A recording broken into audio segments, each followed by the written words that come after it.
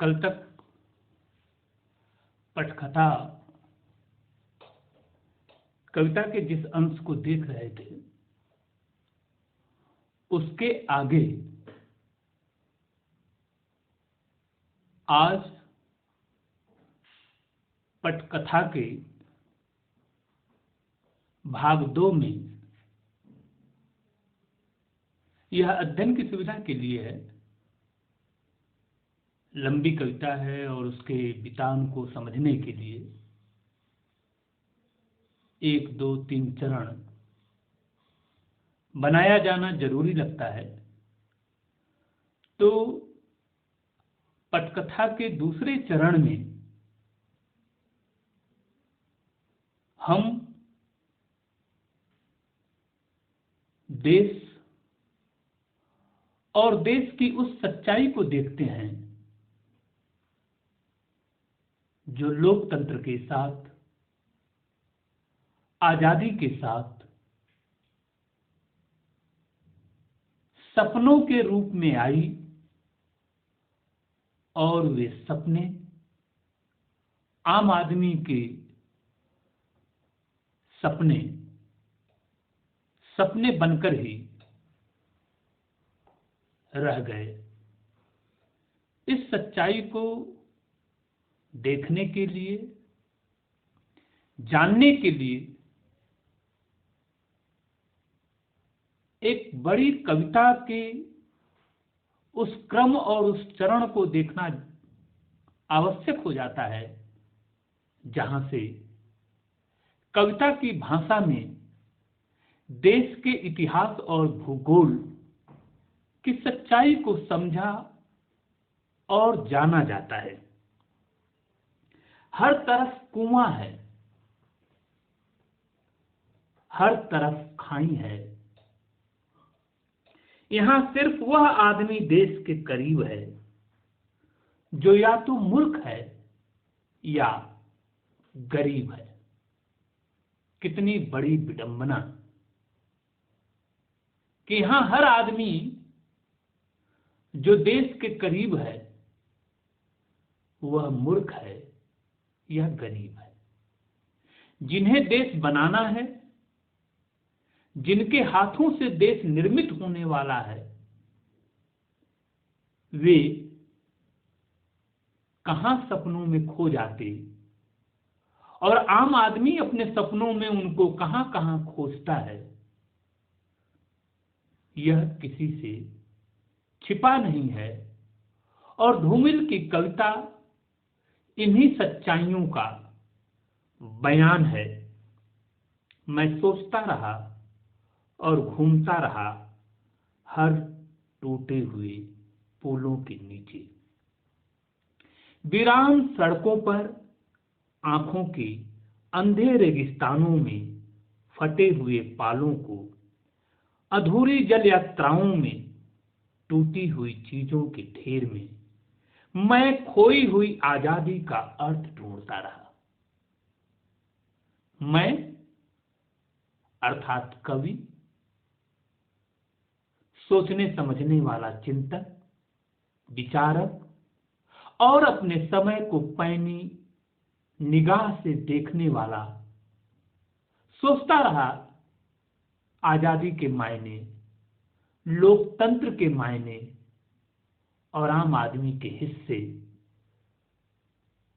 आए हुए सपनों की सच्चाई। कहां है देश, कहां है खुशहाली और कहां बैठा है देश अर्थात आम आदमी, अर्थात फटेहाल, गरीब, भूखा, वंचित, शोषित प्राणी। मैं खोई हुई आजादी का अर्थ ढूंढता रहा, जिसे आजादी के अर्थ का सबसे ज्यादा सरोकार था, जिसके जीवन का सच था, वह आजादी को खोजता ही रह गया, खोजता ही रह गया। अपनी पसलियों के नीचे, अस्पतालों के बिस्तरों पर, नुमाइशों में, बाजारों में, गांवों में, जंगलों में, पहाड़ों पर देश के इस छोर से उस छोर तक ढूंढता रहा, बार बार टेरता रहा, जो मुझे दोबारा जी सके, जो मुझे शांति दे, मेरे भीतर बाहर का जहर खुद पी सके। और तभी सुलग उठा पश्चिमी सीमा। एक युद्ध की आहट, ध्वस्त ध्वस्त, ध्वस्त ध्वस्त। मैं दोबारा चौंक कर खड़ा हो गया। जो चेहरा आत्महीनता की स्वीकृति में कंधे पर लुढ़क रहा था, किसी झंझनाते हुए चाकू की तरह खुलकर कड़ा हो गया। अचानक अपने आप में जिंदा होने की यह घटना। एक घटना आती है और उसके साथ हम बहुत कुछ भूल जाते हैं और फिर उस घटना के साथ चलने लगते हैं, देश को फिर नए सिरे से जीने लगते हैं, समझने लगते हैं। इस देश की परंपरा की एक बेमिसाल कड़ी थी, लेकिन इसे साहस मत कहो। दरअसल यह पुट्ठों पर चोट खाई हुई गाय की घृणा थी, जिंदा रहने की पुरजोर कोशिश जो उस आदमखोर की हविस से पड़ी थी। मगर उसके तुरंत बाद मुझे झेलनी पड़ी थी सबसे बड़ी ट्रेजेडी अपने इतिहास की, जब दुनिया के स्याह और सफेद चेहरों ने विस्मय से देखा कि ताशकंद में समझौते की सफेद चादर के नीचे एक शांति यात्री की लाश थी। समझौते के सफेद चादर के नीचे एक शांति यात्री की लाश थी। यह विडंबना, यह धोखा, यह छल किसके साथ है? देश के साथ है, देश के हर आदमी के साथ है। और अब यह किसी पौराणिक कथा के उपसंहार की तरह है कि इस देश में रोशनी उन पहाड़ों से आई थी जहां मेरे पड़ोसी ने मात खाई थी। मगर फिर मैं वहीं चला गया, अपने जुनून के अंधेरे में, फुहड़ इरादों के हाथों चला गया। वहां बंजर मैदान कंकालों की नुमाइश कर रहे थे, गोदाम अनाज से भरे थे और लोग भूखों मर रहे थे। क्या सच्चाई है? गोदाम अनाजों से भरे थे और लोग भूखों मर रहे थे। यह जिस दौर का सच है, वह दौर बार बार घूमकर इतिहास के गलियारे से आता रहता है। बार बार अखबारों की कतरनें इस सच से साक्षात्कार कराती हैं। मैंने महसूस किया कि मैं वक्त के एक शर्मनाक दौर से गुजर रहा हूं। यह जितना धूमिल के जमाने का सच है, उतना ही सत्ता तंत्र के साथ आम आदमी के स्वप्नों के बीच के फासले के सच को पढ़ने की कोशिश में हर युग में, हर समय में यह सच बार बार सामने आता रहता है। अब ऐसा वक्त आ गया है जब कोई किसी का झुलसा हुआ चेहरा नहीं देखता है। अब तो कोई किसी का खाली पेट देखता है, न थरथराती हुई टांगें और न ढला हुआ सूर्यहीन कंधा देखता है। हर आदमी सिर्फ अपना धंधा देखता है। यह समय धंधावाद है। अपने अपने धंधे में सब लोग व्यस्त हैं। किसे पड़ी है जनता की? कौन जनता के स्वप्नों को देखने सुनने वाला है?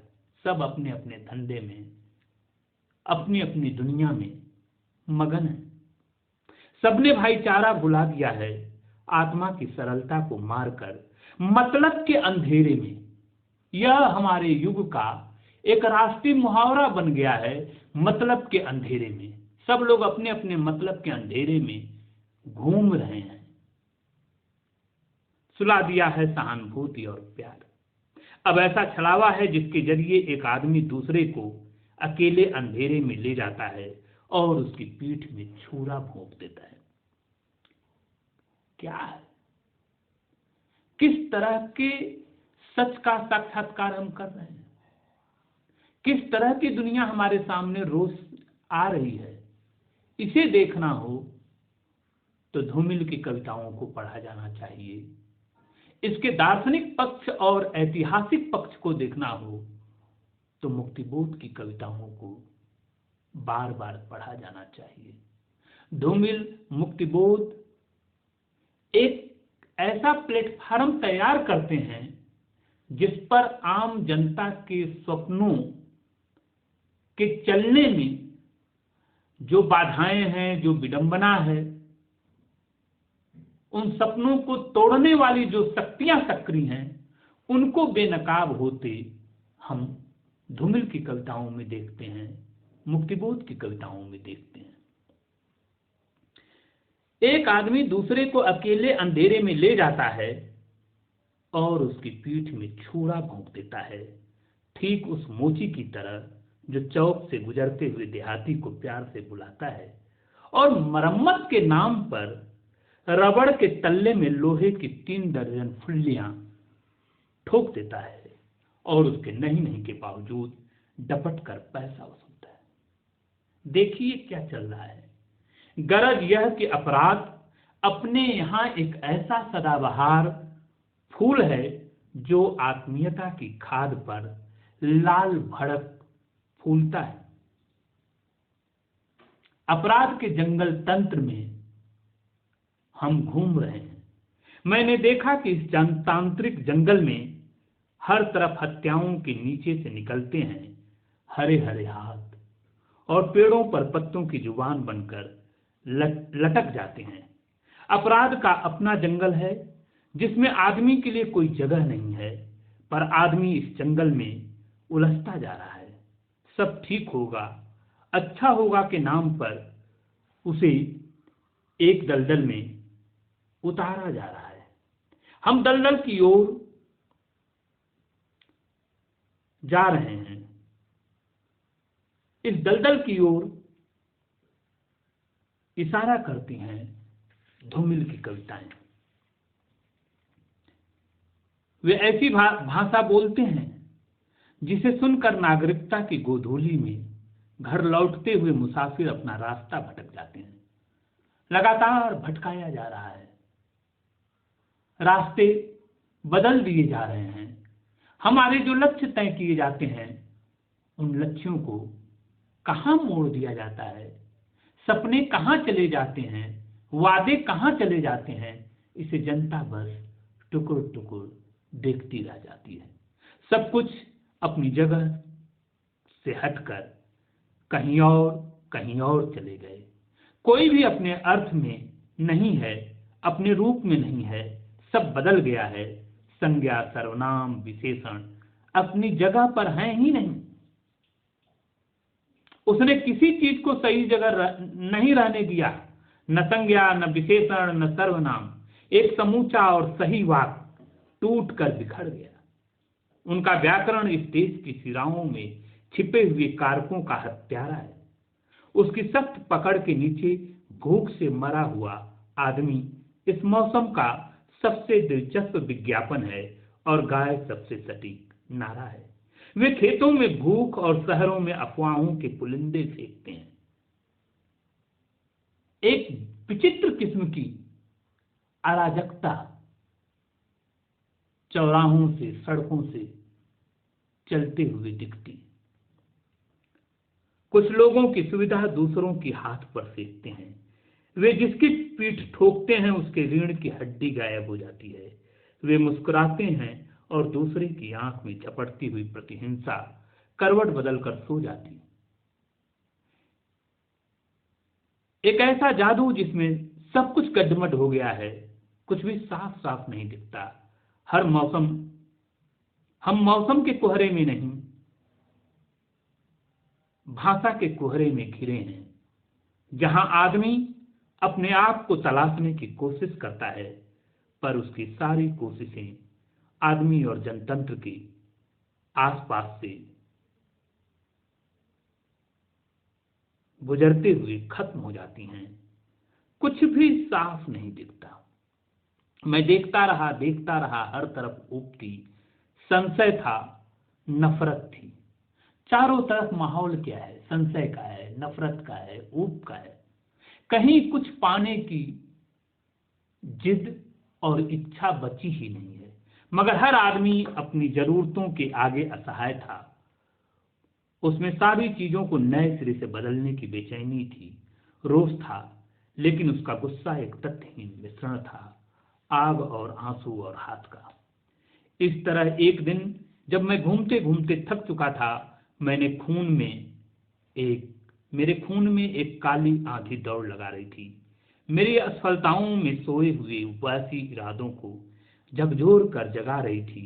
अचानक नींद की असंख्य परतों में डूबते हुए मैंने देखा कि मेरी उलझनों के अंधेरे में एक हमशक्ल खड़ा है। मैंने उससे पूछा, तुम कौन हो? यहाँ क्यों आए हो? तुम्हें क्या हुआ? तुमने पहचाना नहीं? मैं हिंदुस्तान हूं। हाँ, मैं हिंदुस्तान हूं। इस हिंदुस्तान को कोई देखता ही नहीं। यहां कौन है हिंदुस्तान?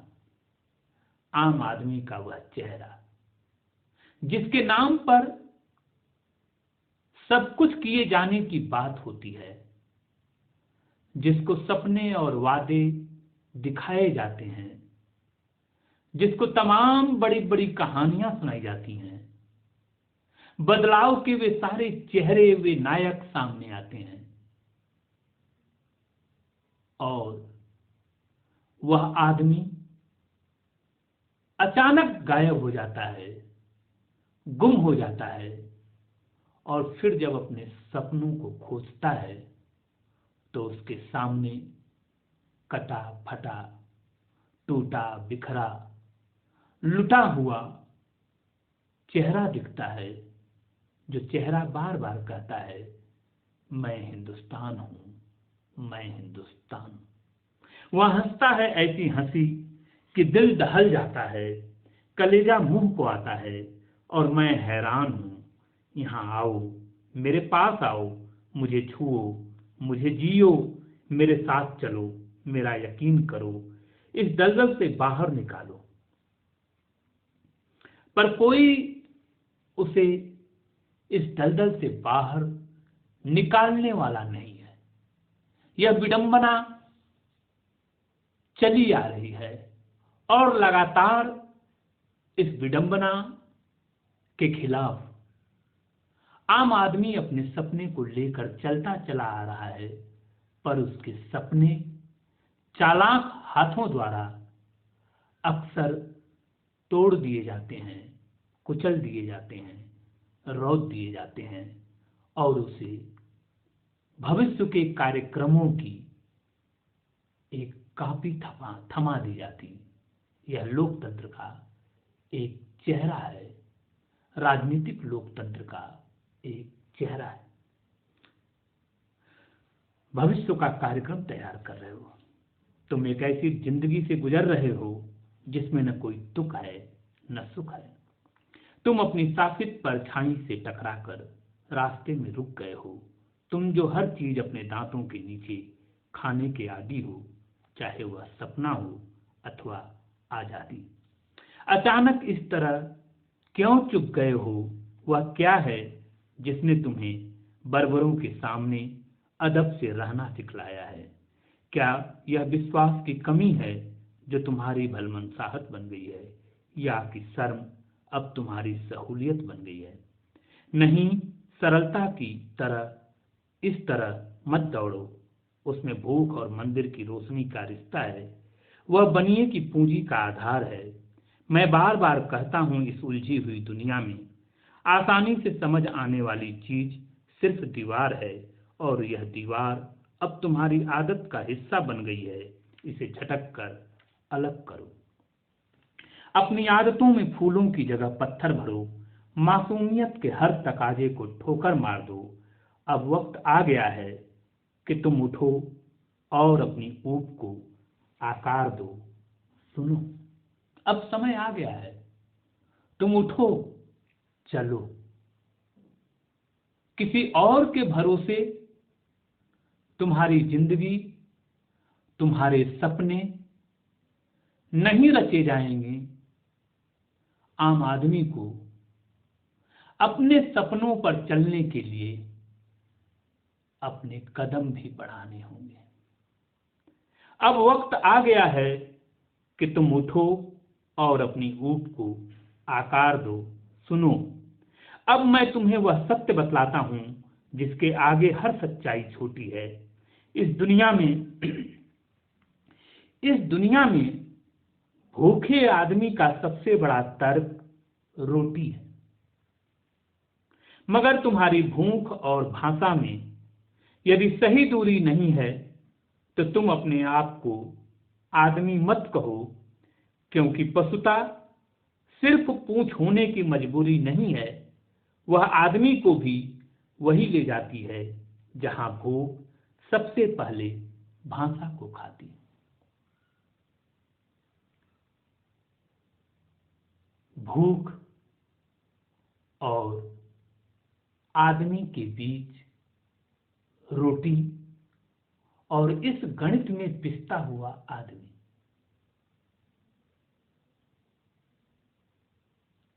कब यह आदमी पशुता में बदल जाएगा, भूख उसे कब मारकर कहां पहुंचा देगी, इसे जानने के लिए भूख के जंगल में चलने की जरूरत है। पशुता केवल पूंछ होने की मजबूरी नहीं है, वह आदमी को भी वहीं ले जाती है जहां भूख सबसे पहले भाषा को खाती। वह सिर्फ उसका चेहरा बिगाड़ता है जो अपने चेहरे की राख दूसरों की रुमाल से झाड़ता है, जो अपना हाथ मैला होने से डरता है, वह एक नहीं 11 कायरों की मौत मरता है। कब तक हम दूसरे को कोसते रहेंगे, अपने लिए दूसरों को देखते रहेंगे? कहीं न कहीं वह दिन, वह समय, वह चौराहा हो आएगा जब हमें अपनी बेहतरी के लिए स्वयं अपने कदम बढ़ाने होंगे, स्वयं अपने हाथों में जनतंत्र को लेना होगा। यह धूमिल की आवाज है। धूमिल आम आदमी के चेहरे को बदलने के लिए जादुई भाषा का सहारा नहीं लेते, बल्कि सीधे सीधे जनता से कहते हैं कि तुम चलो, कदम बढ़ाओ, भूख के खिलाफ चलो, सच के साथ चलो और अपनी रीढ़ पर किसी और को हाथ फेरने का अवसर मत दो। तुम चलो, मंजिल मिलेगी, तुम्हारे सपने भी मिलेंगे। और सुनो, नफरत और रोशनी सिर्फ उसके हिस्से की चीज है जिसे जंगल के हाशिए पर जीने की तमीज है। इसलिए उठो अब और अपने भीतर सोए हुए जंगल को आवाज दो, उसे जगाओ और देखो कि तुम अकेले नहीं हो। तुम्हारे जैसे हजारों लाखों लोग हैं जो अपनी जिंदगी को बदलने के लिए बेचैन हैं, तड़प रहे हैं, पड़े हुए हैं। उन्हें उठाओ, उनके भीतर साहस का रक्त भरो और उन्हें अपने जनतंत्र के लिए, अपने लोकतंत्र के लिए, अपने स्वप्न के लिए, अपने बेहतरी के लिए लेकर चलो। उसे जगाओ और देखो कि तुम अकेले नहीं हो और न किसी के मोहताज हो। लाखों हैं जो तुम्हारे इंतजार में खड़े हैं। वहां चलो, उनका साथ दो और इस तिलस्म का जादू उतारने में उनकी मदद करो और साबित करो कि वे सारी चीजें अंधी हो गई हैं जिसमें तुम शरीक नहीं हो। जहां तुमको जगह नहीं मिली, जिसमें तुम नहीं हो, वो सारी चीजें अंधी हैं। तुम नए स्वप्न के साथ, नई आंख के साथ, नए चेहरे के साथ आगे बढ़ो। जमाना बदलेगा और लोकतंत्र में जिस आजादी की, जिस स्वप्न की उम्मीद पाली गई थी, उस स्वप्न को सही मायने में फलित होने के लिए लोकतंत्र में आम आदमी को आगे आने की जरूरत है, इसकी पुरजोर वकालत पटकथा में आम आदमी के चेहरे के साथ धूमिल